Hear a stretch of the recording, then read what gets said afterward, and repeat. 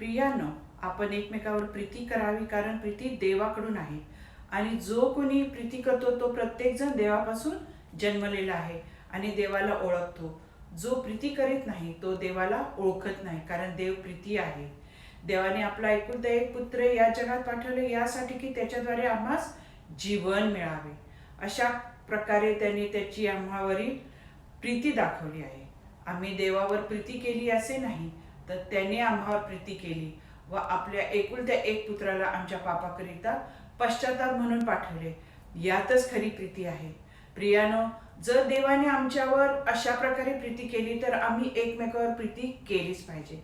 देवाला कोणीही कधीही पाहिले नाही, पण जर आपण एकमेकावर प्रीती केली तर देव आपल्यामध्ये राहतो व त्याची प्रीती आपल्यामध्ये पूर्ण होते. अशा प्रकारे आम्हाला समजू शकते की तो आमच्यामध्ये राहतो, आम्ही त्याच्यामध्ये राहतो. त्याने त्याच्या आत्म्यातून आपल्याला दिले आहे. ही गोष्ट आम्ही पाहिली आहे व आम्ही साक्ष देतो की जगाचा तारणारा म्हणून पित्याने पुत्राला पाठवले. जर कोणी येशू हा देवाचा पुत्र आहे कबूल करते तर त्याच्या ठाई देव राहतो आणि देव त्याच्यामध्ये राहतो आणि म्हणूनच आम्ही ओळखतो आणि त्या प्रीतीवर आम्ही विश्वास ठेवतो की जी देवाने आमच्यावर प्रीती केली.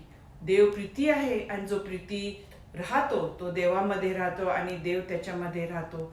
यात आपल्यामध्ये प्रीती पूर्ण केलेली आहे. यासाठी न्याय ठरण्याच्या दिवशी आम्हास धैर्य असावे, कारण जसा तो आहे तसेच आपण या जगात आहोत.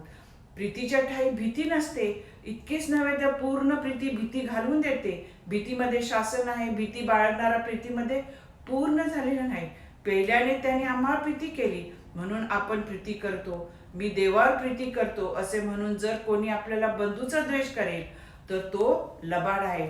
कारण डोळ्यापुढे असलेल्या आपल्या बंधूवर जो प्रीती करीत नाही तर त्यास न पाहिलेल्या देवावर प्रीती करता येणे शक्य नाही. जो देवावर प्रीती करतो त्याने आपल्या बंधूवरही प्रीती करावी. ही ख्रिस्ताची आपल्याला काय आहे? आज्ञा आहे. आमेन.